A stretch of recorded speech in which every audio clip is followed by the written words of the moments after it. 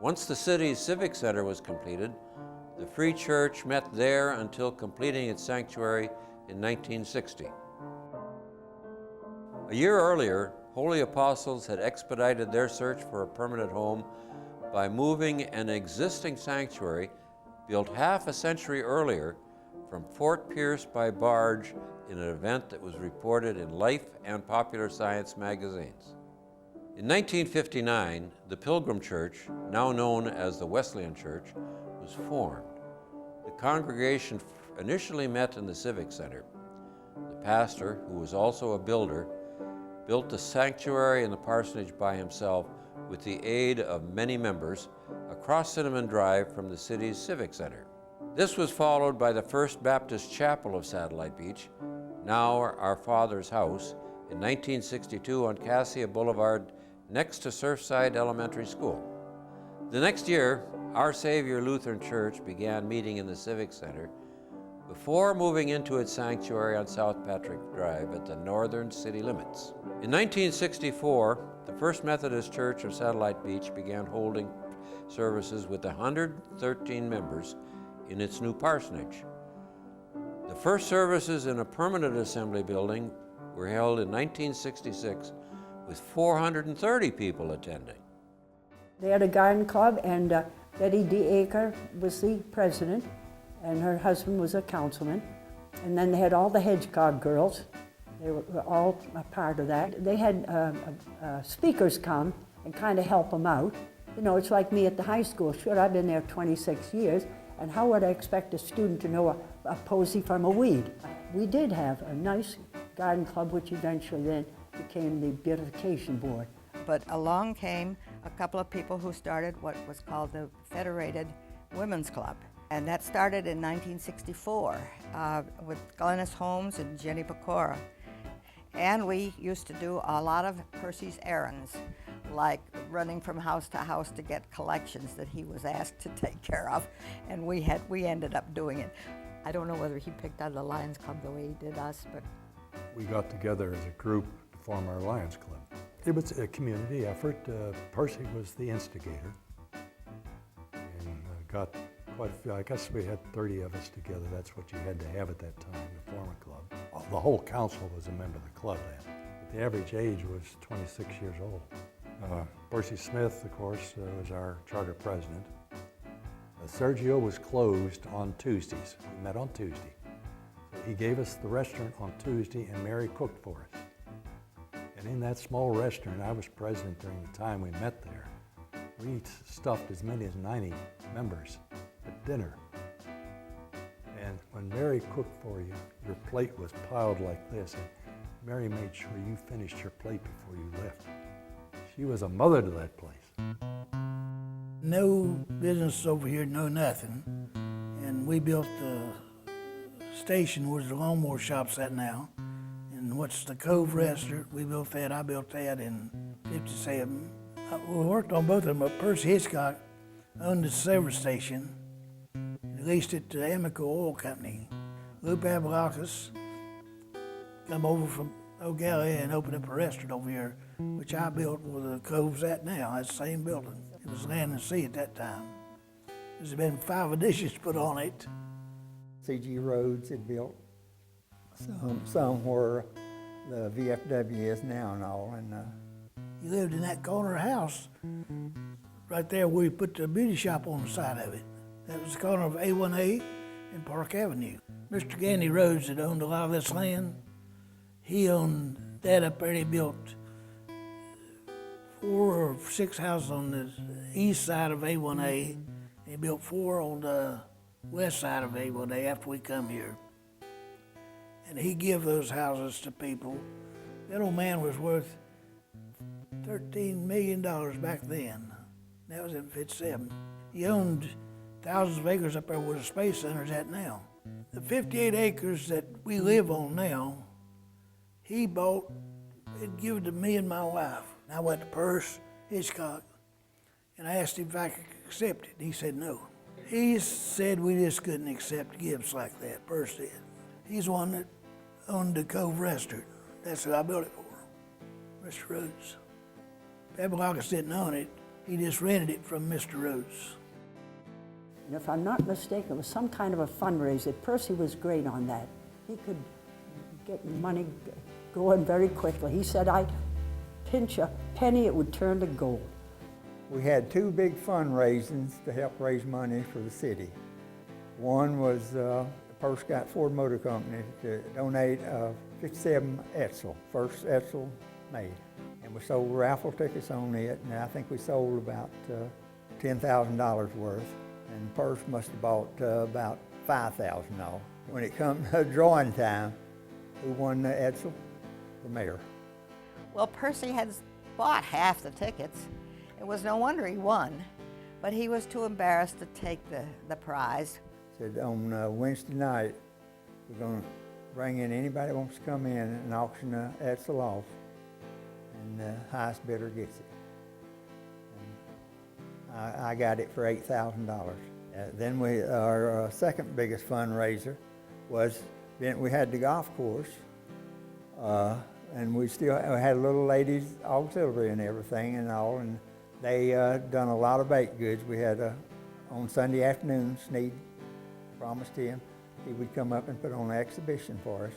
We had the auctions and everything, and he played, I think we played 5 rounds and had four players in each group. It cost $50 a piece to play with him.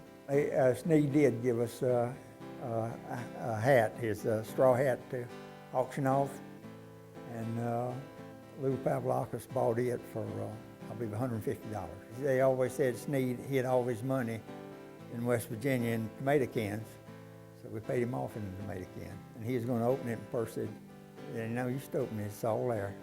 And we know down 5 miles down the road, he probably stopped and checked and see if it was there and all. 100 people back in could raise more money and get more done than 10,000 down there. How much Percy gave to the city will never be known. We went 5 years without any taxes, and we went 5 years without a police department. And in that 5-year period, even though we had no taxes, we gave 3 swimming pools, the city did, to Satellite High School. Everybody worked for nothing for a little over 5 years. Our first employer was Pete Mardell, chief of police. He was our first paid employee. My father was an auxiliary police officer along being with a volunteer fireman. He was a building contractor, he wasn't a police officer. But back then, everybody did everything. The police department was very small. It was not unusual to have one officer have to work the road by himself. Between the 4 cities of Melbourne Beach, Indian Atlantic, Indian Harbor, and Satellite Beach, we were all on the same radio frequency. You'd have only 4 officers working all 4 cities. If 2 officers ended up making arrest, and they were late arrest, and it would leave only 2 officers guarding 4 cities. There was 13 volunteers. I was one of them. We had a little radio in our house that give you the message where the fire was at, where to go to. They had a big siren up on a pole out there.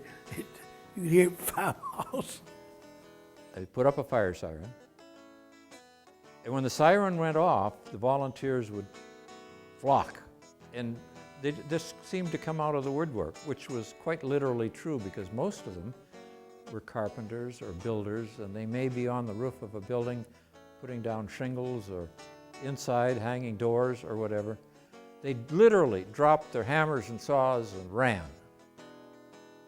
And that was our fire department. When we first got started, we needed something to represent the fire department and for the guys to have something that was firefighting equipment. So we went to Camp Landing and we bought a big old pumper, and all it did was pump water. It didn't have any, the racks, the hoses, no nothing. And we brought it home and we kept it in the one side of the garden supply. The volunteer fire department, we just started that. Joe Wickham was a big help for us to starting that. He got us our first brush truck. Joe Wickham, the commissioner at the time, he didn't give us a good truck until probably 2 years later. Shine Hedgecock was our chief at that time too, when organized. Started out with Gaines Acuff, but he just changed right on the start. China Hitchcock was their chief at the time. And we got trucks from county all that time, but we covered the whole beach area all the way to Patrick Air Force Base in South Merritt Island at that time. Galley County had a truck in Old Galley, and they ran over here prior to that time, and that was the reason for the fire department, in my estimation. The reason for it was we wanted our own fire department, so we didn't have to go across the river. And at that time, you had the swing bridge and everything. You didn't know when you could get across or when you couldn't. Most of the city proper at that time was brush. A lot of brush fires versus structure fires. It was one of those windy marshes and dry, and it started in the northwest corner of Satellite Beach, went catty corner straight across, and he liked to burn up the whole thing. He liked to burn our fire truck up we just had got. I was driving it, I know, because the fire come from over that little road. It wasn't a highway, it's just a street. It just, I knew you could set the truck on fire, but we had plenty of water. We wet the truck down. On a lot of our fundraising, when we first started out on our fundraising, having mullet fries, we serve hundreds of pounds of mullet here to raise, money for 3 or 4 years. And then after that, we got into chickens, and chicken fries. There was the Miss Wayne contest that was held for probably close to 10 years. And I think a total of 3 or 4 of our contest local winners went on to win the state titles. Also back then they had a rather wonderful group of women's auxiliary that were all the wives and girlfriends of all the firefighters. They supported us all the way back in the day.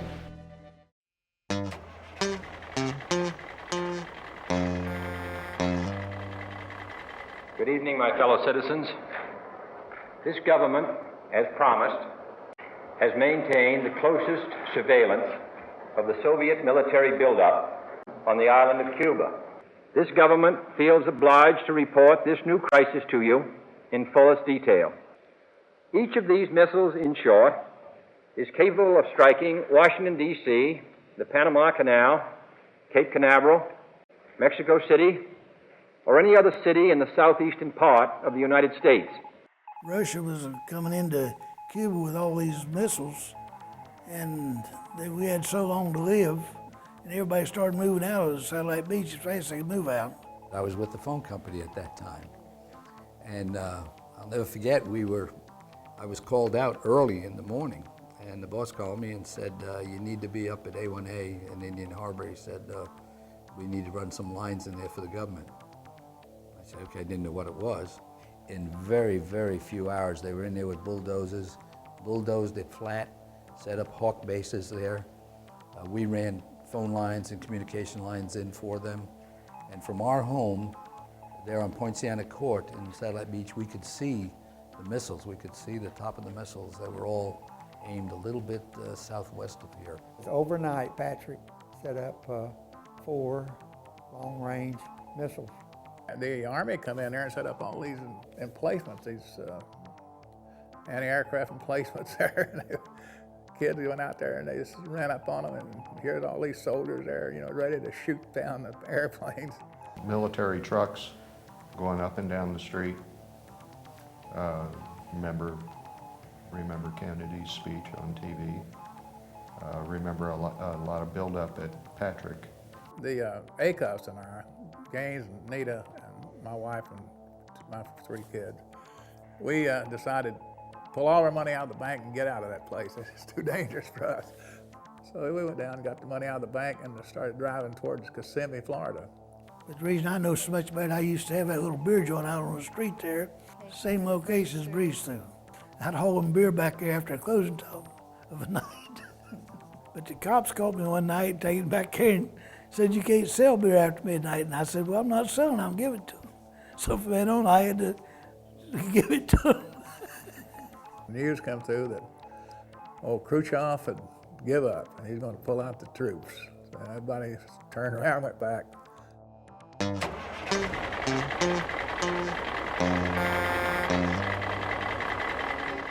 We entertained ourselves by fighting with each other. That's about all we could find to do. There wasn't anybody else around. Nobody to play with, that's Nobody for to sure. play with.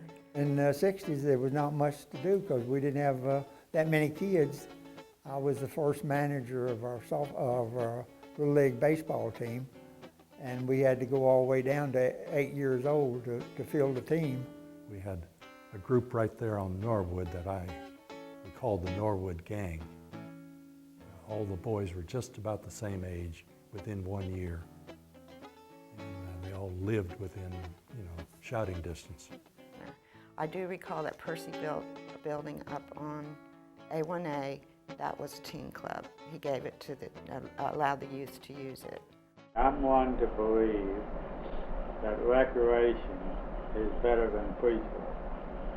Recreation prevents crime. I've never had a child in recreation that get me in trouble. Well, I have to agree with his philosophy that if you kept the kids busy playing sports, you kept them out of trouble. More or less got talked into helping him with that, and it resulted for, like Mary said, 21 years of Little League coaching. Those early days, Tom had the Longhorn restaurant down there, and when all the softball activities, he had the Longhorn softball team. At the First Methodist Church, Symmetrics had a team there. These were adult men teams. It was pretty well organized. All the teams had uniforms of one kind or another. And that pretty well died as soon as the Longhorns got involved, because we pretty well dominated the field. The team came together and we started playing tournaments in 71.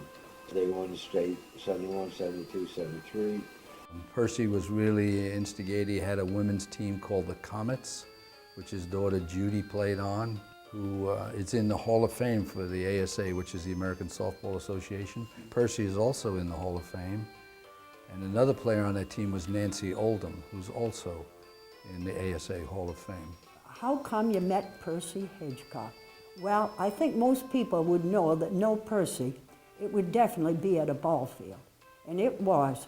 I first started out with a girls' team when I was 17 years old in a wheat field in North Carolina. Percy Hedgecock was involved in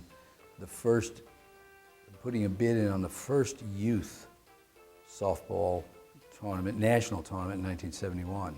Percy again bid on the first USSSA, which is the United States Slow Pitch Softball Association, had the first women's championship held here again at Satellite Beach. During the softball era here at Satellite Beach, we hosted 11 national tournaments. And during that time period, the teams here actually won 8 national championships. The boys team, the Rockets, won both at the 13 to 15 year age and the 16 to 18. And the girls Comets, which were the 16 to 18 year old team, they won 3 national championships. And the Mets, which were the 13 to 15 year olds, they won 3 national championships in consecutive years, and that's never been done before. The community as such was very, very involved. The Lions Club, I remember, would help the women's club, the Alamanders, people would be selling tickets. Many of us worked hard at the concession stand, and we had $1 million groundskeeper crew. Most of them worked for the Space Center. We could have a ball game, everybody volunteered. If they felt hurt, if they were, especially when we started having national tournaments, if you wasn't asked to be volunteer, they come to you because they wanted to be part of the city. I was fortunate to manage the softball team, the Satellite Mets, that we won 3 national championships, 80, 81, and 82. And the most thrill was in 82 when we won it here at Satellite Beach. That was the time, in fact, that accomplishment, no one had ever done that. And Don Porter, who at that time was the president of the American Softball Association, he was the one really that coined the phrase that we deserved the name as the youth softball capital of the world.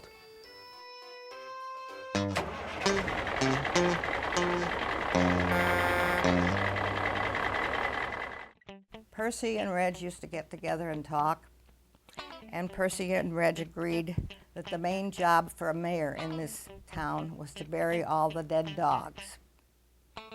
Because whenever there was a dead dog in the road, the townspeople called the mayor. And so the mayor's job was to get rid of those dead dogs. We had a lady in town, still have her, and she took affront to the fact that there were a lot of weeds and snakes in town.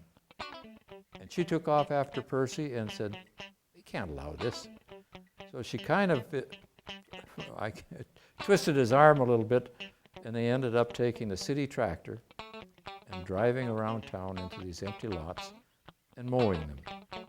Percy at the wheel. He was something, Percy was. He was out there mowing at 5 o'clock in the morning. Didn't care if he woke you up or what he done. He'd call us all about 4 o'clock to get us up. If you want your place to be successful and it be something you have, be successful and be important, you need to be involved in it. As Satellite Beach grew, homes and small condominiums dotted the ocean front, but the city owned no beach property for parks.